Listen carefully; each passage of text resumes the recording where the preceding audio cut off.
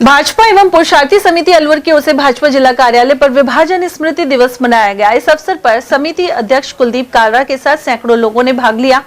वहीं पूर्व जिला अध्यक्ष पंडित धर्मवीर शर्मा, प्रदेश पदाधिकारी देवेंद्र पारिक और जिला उपाध्यक्ष प्रमोद विजय के अलावा अन्य भाजपाई मौजूद रहे। इस अवसर पर बताया गया कि विभाजन के वक्त बेहद दर्दनाक स्थिति देखने को मिली। वहीं भारत में पहुंचने के बाद आरएसएस ने खासी मदद की। अब पुरुषार्थी समाज अपने पुरुषार्थ के बल पर कामयाब होकर परमार्थ में लगा हुआ है।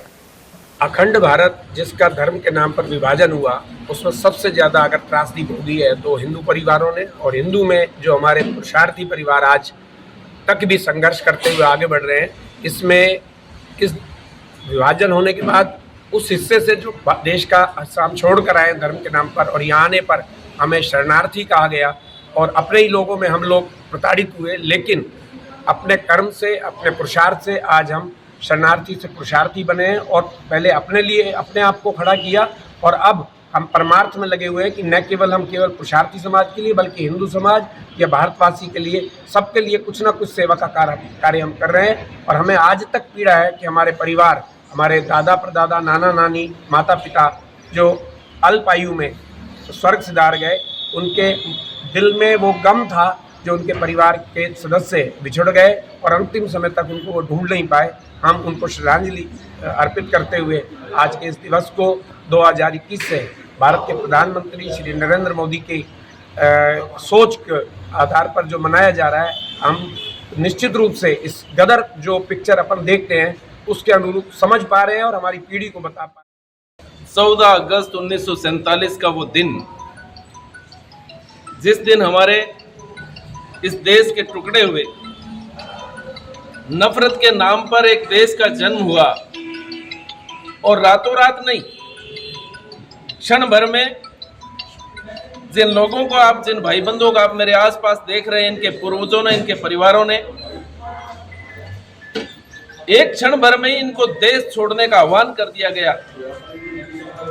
अपनी मेहनत से कमाई हुई लाखों करोड़ों की संपत्तियों को इनको छोड़ के भागना पड़ा, अपने ही देश से विस्थापित होना पड़ा, अपनी मेहनत से कमाया हुआ सब कुछ छोड़ना पड़ा, अपने परिवारों को छोड़ना पड़ा। और हजारों लोगों ने अपने परिजनों को खोया, अपने परिवारों को खोया, सब कुछ अपना छोड़ छाड़ कर और यहाँ आकर फिर से खुद को स्थापित किया, फिर से खुद को खड़ा किया और इस भारत माता की सेवा में लग गए।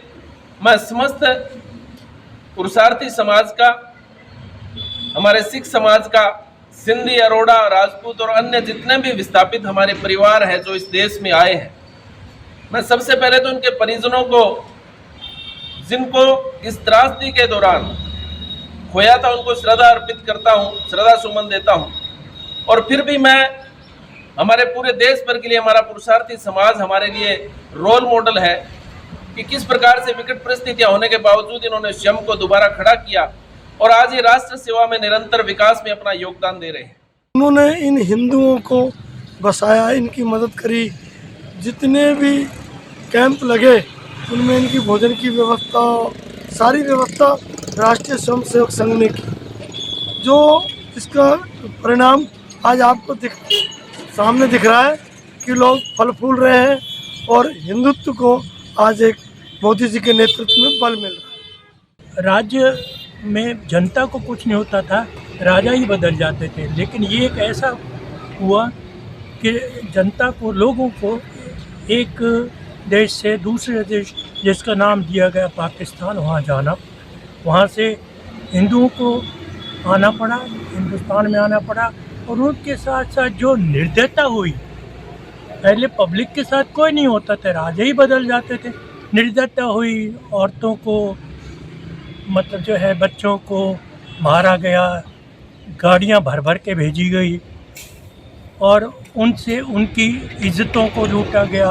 उनको ये कहकर मतलब ले जाया गया कि आपको हम वहाँ से, पाकिस्तान से हिंदुस्तान भेज देंगे, एक कैंप लगा कर रखेंगे। और रास्ते में औरतों और मर्दों को अलग अलग कर दिया गया। औरतों के साथ इतनी हैवानियत हुई, इतना उनको बेइज्जत किया गया, यहाँ तक कि बहुतों ने तो कुओं में कूद के मर गई, और अनेकों ने मतलब बच्चों को भी देखा जहाँ फेंक दिया, मार दिया, बच्चों को भी मार दिया। ये विवक्षा देखकर तो कुछ लोगों को जब पता चला तो उन्होंने यहाँ से पाकिस्तान से गाड़ियाँ कट के आने लगी, तो हिंदुस्तान से भी 2 गाड़ियाँ कट कर गई, तो तब थोड़ा कुछ हुआ। लेकिन उसके बावजूद भी हमारी देश की सरकार ने क्या किया, मुसलमानों की यानी पाकिस्तान के लोगों की सहायता की और करोड़ों रुपया भेजा गया।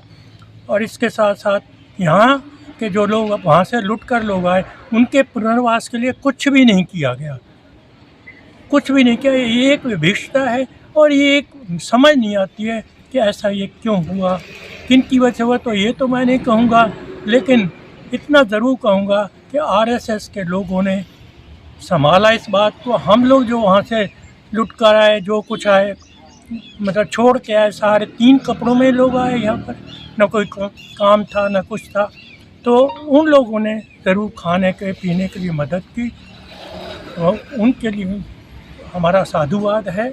बाकी तो जो कुछ अब हो रहा है, आगे क्या विभिक्षता होगी अगर नहीं संभाला गया। आज की डेट में जो हालत हो रही है वो पहले से भी निबत्तर हो रही है।